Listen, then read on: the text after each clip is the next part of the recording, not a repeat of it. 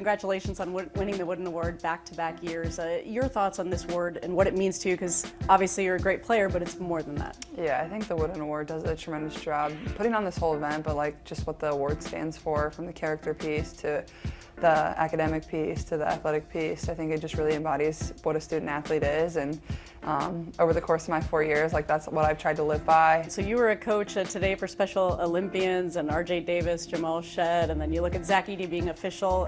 What is it like for you guys to give back in that way? For myself, like that's been the most fun way for me to give back, is just give to young kids and give them the same opportunities that I had growing up of playing sports, because you know, you learn a lot through sports about life, about yourself, about friendships, whatever it is. So it's definitely special. They do a great job putting it on, and it's fun to be a part of. The last 3 games you played in were all television ratings records.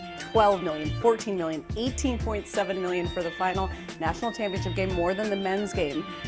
What do you think about that? It's really crazy. Like, it's hard to wrap your head around 18 million people, and it peaked at 24 million people watching and turning on women's basketball. I think it shows how exciting women's basketball can be when it's given an opportunity. I think when you're in the heat of the moment and you're playing in front of a crowd or an arena like that, like it's not something you're consciously thinking of. But then when you go back and look at the numbers, especially the numbers compared up against other sports, whether it's NBA basketball, whether it's the Masters, whether it's MLB, and beating out really every one of those big sporting events, I think it really puts into perspective what we were able to do. And you know, that's what, you know, you never take that for granted, and I think it will just continue to grow. In Los Angeles, obviously an ode to Kobe, you love wearing the Kobe 5s and 6s. What is it about that shoe that you love so much?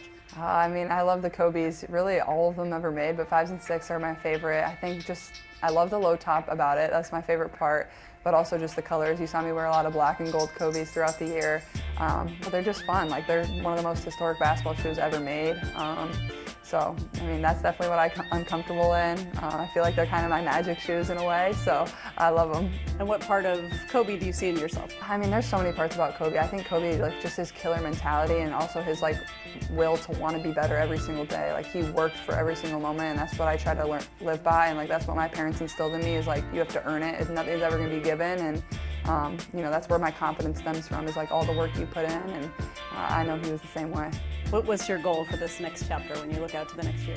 Oh gosh, I think that's hard. I think obviously I want to be a WNBA champion one day. I want to be an Olympic gold medalist one day. I think those are all goals that I've wanted since I was a young girl, that I wrote down on a piece of paper. So I think those are the biggest things, and you know, nobody said they're going to happen right away when I first entered the league. I think just learning, working hard, you know, going to a franchise and helping elevate women's basketball more than anything, but like, don't lose the fun and the passion of the game. Like, that's the reason I've always played, and continuing to bring that with me.